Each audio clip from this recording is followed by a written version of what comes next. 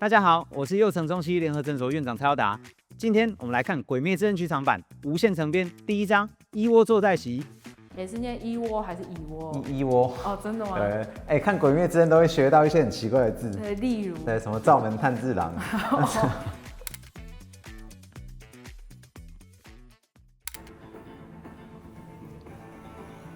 我们上次看的是看那个祢豆子那边嘛，对不对？对，就是说他不怕阳光，无产想要找他嘛。因为就是后来嘞，就在这啊，就这边了。中间还发生一些事，然后到这边这样。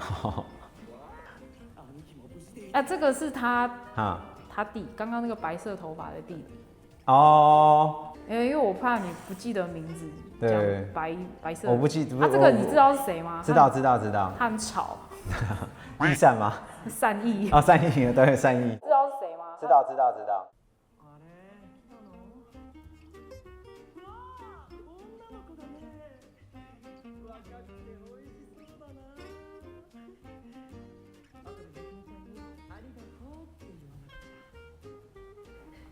冥女就是那个创造这个迷宫的嘛？对，它这个迷宫叫无限城。哦。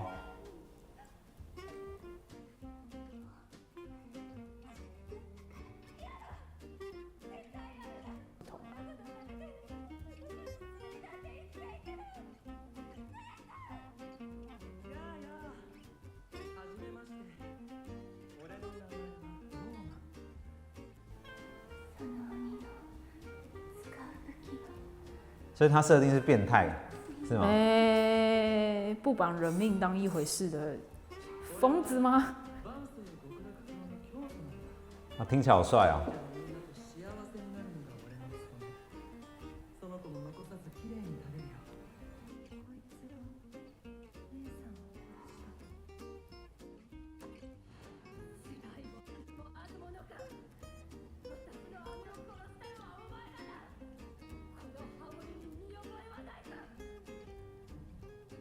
蝴蝶人他刚刚生气的时候，就脸真的会有那种血管这样凸出来啊。他血管是确实会凸出来，但他位置不太对，然后程度其实也不会这么明显。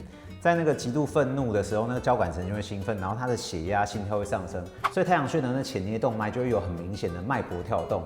然后加上这时候，如果你憋气、咬牙用力，然后胸腔内压升高，它阻碍静脉血回流，就会让脖子还有额头的那表浅静脉鼓起来。但这些肿胀主要集中在脖子还有额头，脸颊比较不会有。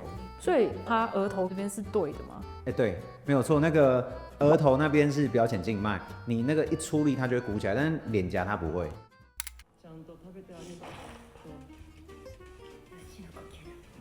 他没有要听他讲话就是他要偷袭，对不对？他真的话好多。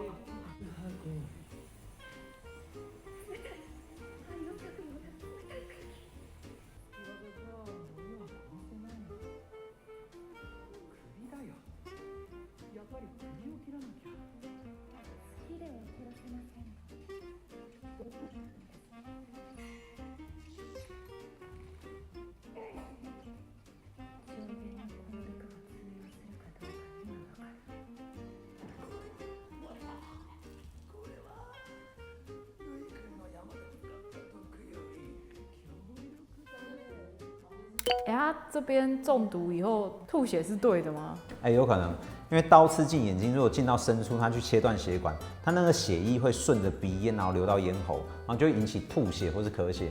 那眼睛周围变紫啊，然后就血管还有跑出来的地方它那个眼周变蓝紫，然后出现那个紫黑斑，那个是皮下出血还有淤血，的确有可能会出现，但是时间不会那么快。然后眼睛周围它不会突出血管。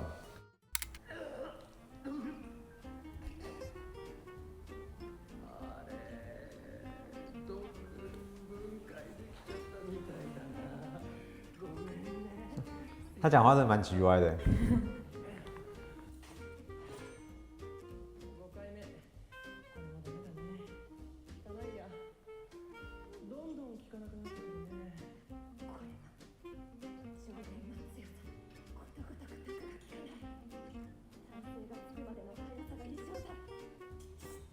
它这个毒抗性产生那么快啊？不可能。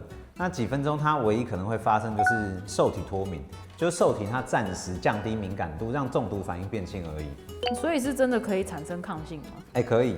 有人他长期吃微量砒霜，最后确实能吃下超过一般的那个致死剂量。不过那个大部分要花好几年时间，而且它不是每一种毒都可以这样训练。那他们为什么要练习吃砒霜？大部分是为了防止被下毒暗杀。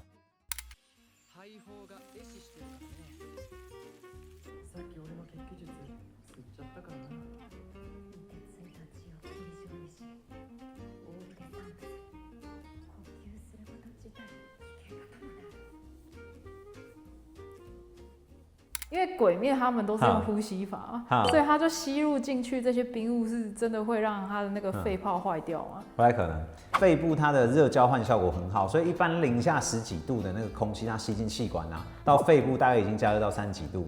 那假设那个冰雾真的是极度低温，而且它保冰效果很好，那蝴蝶忍它的那个喉头会先闭锁，就像吸入液态氮的那个蒸汽一样，它的黏膜会水肿，然后喉咙会痉挛，哦，所以整个上呼吸道它会肿胀闭锁，所以一般是没有办法去伤到肺泡，包含那个液态氮，对，都是上呼吸道，它先肿胀，然后肿胀以后它窒息，因为它这边那个整个那个气管其实蛮长的。但它这边流鼻血是非常准确，鼻黏膜的微血管非常多，吸入超低温气体很容易让黏膜冻伤破裂。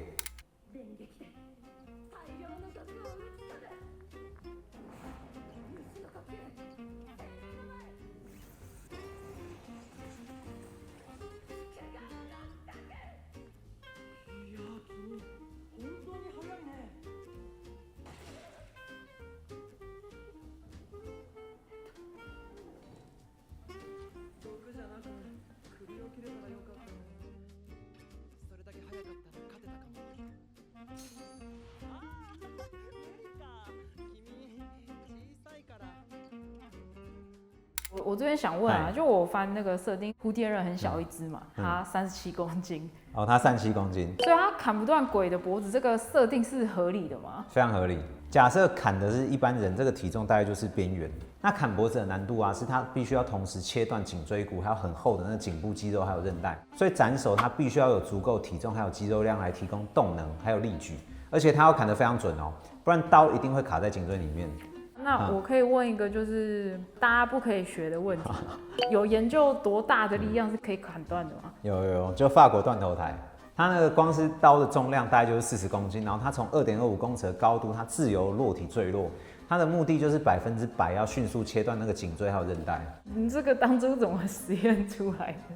他们是用活体动物还有人类尸体去实测出来的。那一开始设计断头台的时候，他们先拿活的牛还有羊来测试，然后确定力道之后，他们再拿男性尸体来试砍。那一开始他是用直的，是用那个直线刀刃，那发现说这样会卡在颈椎骨，然后后来用45度斜角的刀刃，然后配合40公斤的那个滑块重量，然后才终于可以做到就是一次切断的效果。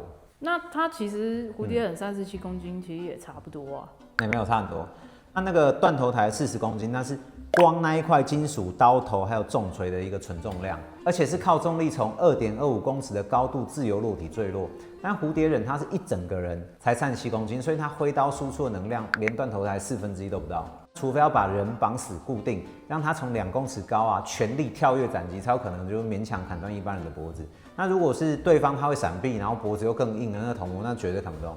到底体重多重才可以确保砍下来？好，没有这种研究。以前他在可以合法砍人的时代是没有那种实验的逻辑还有方法，那现在是根本不可能拿人来砍。最接近就是断头台。那如果说是刽子手然后砍头那种，是现在没有文献。这是人生跑马灯吗？很像那个进化不是吗？啊？不是从猩猩然后进化成。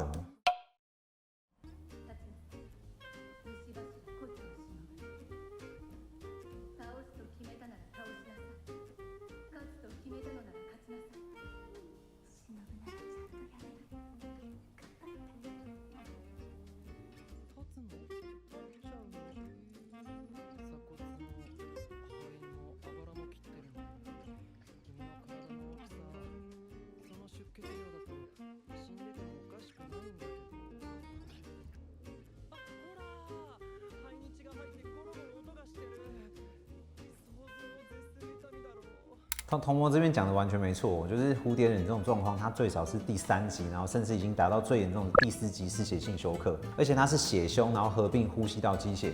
它那个咕噜声是非常真实，叫做气道泡泡音，因为它的肺脏还有胸壁被切开，那血液倒流进支气管和气管，当它尝试呼吸的时候，那气流通过这些积血的呼吸道啊，会打出气泡，就会发出这种濒死的咕噜声。失血的休克性还有分级哦，就是休克不就是直接晕倒啊？完全不同。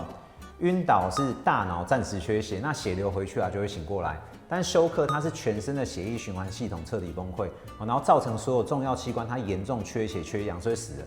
那以那个蝴蝶人他的体重来推算啊，总血量大概就是2500cc，所以他只要失血超过1000cc，就会进入第4级极重度休克。那理论上他会立刻陷入意识模糊，然后再来就多重器官衰竭。你要知道，台湾捐血体重的一个低标是45公斤，那蝴蝶人这种体重他是会被拒绝捐血。那他站起来是合理的吗？非常不合理。因为失血性休克达到第4级的时候，人的收缩压它会跌到70毫米汞柱以下，那全身肌肉会失去张力，理论上它是不可能站起来的。如果是因为他当下很生气呢，或者说什么意志力，就这些都没有办法。你说他没有办法靠意志力这样站起来就对了？对啊，对，不可能。这个不是靠意志力就可以违背的一个生理定律。交感神经还有肾上腺素，它可以帮忙支撑的一个前提是血管里面还有血可以抽掉所以当失血超过40%的时候，交感神经啊，它早就已经开到极限。它的问题是它的总血量根本不够，所以心脏它再怎么收缩也没有办法把血压升上来。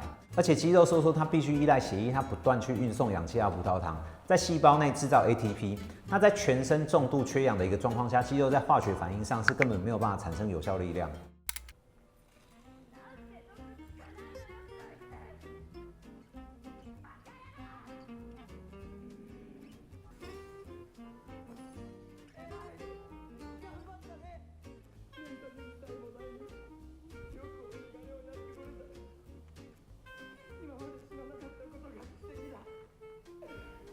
他讲话真的是很讨厌，超北蓝的。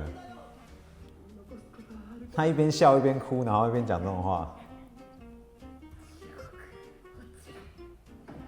这是他的那个，对，蝴蝶人的那个徒弟。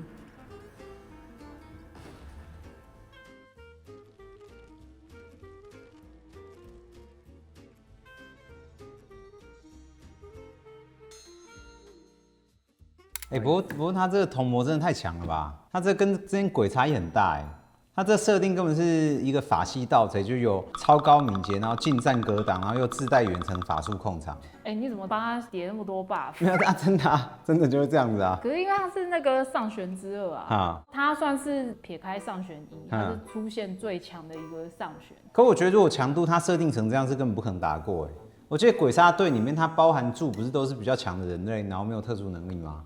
对，就是剑术。那我觉得连童魔都杀不掉。他刚才扇子随便一挥，接触瞬间就把蝴蝶人砍到多根肋骨断裂。要造成这种多根肋骨骨折，瞬间冲击大概要4000牛顿，相当于把400公斤的力道集中在一条线上，瞬间进行切割。那大谷翔平最快球速是165公里，那如果童魔去投球，他球速可以飙到270。他如果当那个投手，他会比大谷翔平强到期可以签约。所以童魔他后面有没有死掉？那个你要自己看他不是已经打完了吗？还没啊，他不是有出现？这个女生不可能比蝴蝶人强啊！你自己看嘛，你自己看，我不剧透大家。蝴蝶人的那个谁啊？香奈乎老师对啦，你怎么会记得？我看了，那你都记得妹妹的名字是怎样？难得不记得？那它吸收是怎样？它为什么这是什么东西？他就把它吃掉啊！不是它吃掉不是？它为什么是用？它就是鬼嘛，它就是全身随便每个地方都可以把它吃掉啊！他刚才打那个手势是什么意思？他说拔还是什么？不是，还是什么？什么意思？他真的把它吃掉那其他的嘞？都清场了，好像可能没话。光靠手中的日轮刀，蝴蝶忍杀不掉童魔，这是必输的对决。当力量差距悬殊，除了逃跑与送死，人真的有其他的选择吗？真实历史上曾经有3个姐妹面对过一模一样的绝望。20世纪中叶的多明尼加是被极权独裁者特鲁西略压制在沉默恐惧中的国家，而米拉瓦尔3姐妹原本只是受过高等教育的普通妻子与母亲，直到二姐米涅瓦在宴会上当众拒绝了特鲁西略的包养要求。这场对尊严的捍卫引来了国家机器对他们家族的疯狂报复，产业被夺走，父亲被关进黑牢，折磨至精神崩溃，吐血身亡。米涅瓦即便考取法学学位，也被独裁者剥夺了职业资格。至亲的血泪让暴政变成了无处可退的家仇。姐妹们没有武器，就在暗室建立覆盖全国的反抗网路，把枪弹与传单藏在幼童床底。他们一次次被秘密警察逮捕，在黑牢的酷刑中看着同志被折磨致死。他们无比清楚，凭自己脆弱的血肉，根本不可能在正面战场上撼动帝国。但每次一获释，他们就带着未愈的伤口，再次走回暗室，重组网路。1960年11月25日，特鲁西略失去耐心，下达了最后的施行令。秘密警察在孤立的山路上拦下探监回城的三姐妹，用木棍砸碎他们的头骨，勒断他们的气管，连人带车推下深谷，伪装成交通意外。特鲁西略以为消灭了他们的肉体，反抗就会平息，但他打错了算盘。这3位被消灭的母亲，在组织里的代号是 Las Mariposas， 西班牙语里的蝴蝶。这场对蝴蝶的残忍处决，引爆了整座岛屿积压已久的怒火。原本沉默的人民全站了出来，甚至连曾经效忠独裁者的军方高层也彻底寒心。今天他能用车祸做掉这3姐妹，明天同样的手段就会落到自己妻儿的头上。6个月后，由军方亲信组成处决小队，在深夜的公路拦截了独裁者的坐车，疯狂的机枪扫射打穿车体，暴君在乱枪中身中数十弹，血肉模糊的倒在公路的血泊中，当场毙命。1年内，独裁家族全境逃亡，掌权30年的帝国轰然倒塌。恶魔亲手摧毁了他们，却不知道自己亲手点燃了葬送帝国的最后火种。那个被他嘲弄、被他吞噬的复仇者，从来都不是猎物，而是终局。那如果今天那个护理师打针找不到我的血管，他是不是应该就是要把我弄到生气，血管就会弹出来？打针一般是会打手，那如果你生气的时候，他手部血管是会收缩，所以除非你叫护理师要打太阳穴。就是失血40%会休克瘫痪嘛。那为什么就是间血抽250就站起来就已经有头晕？那是因为那个迷走神经性晕厥啦，是因为大脑它暂时缺血。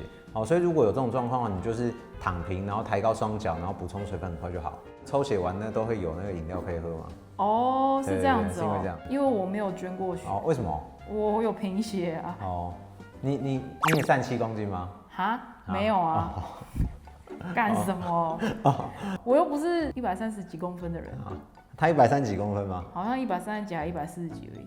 他很小一只。那没有很瘦不行，等一下我查一下蝴蝶忍身高，你等我。不可能啦，他一定设定在150左右啦。好啦，他的身高151，体重37。对啊，我就说他一定设定150左右啊。150这样子可以吗？什么可以吗？37公斤。你说我可以吗？不是啊。怎么了？我靠，爷爷也很小只啊。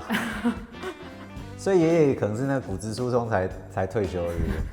没有，他们就是一定要找那种剑术高手，有没有办法成功斩首？他主要是看动能。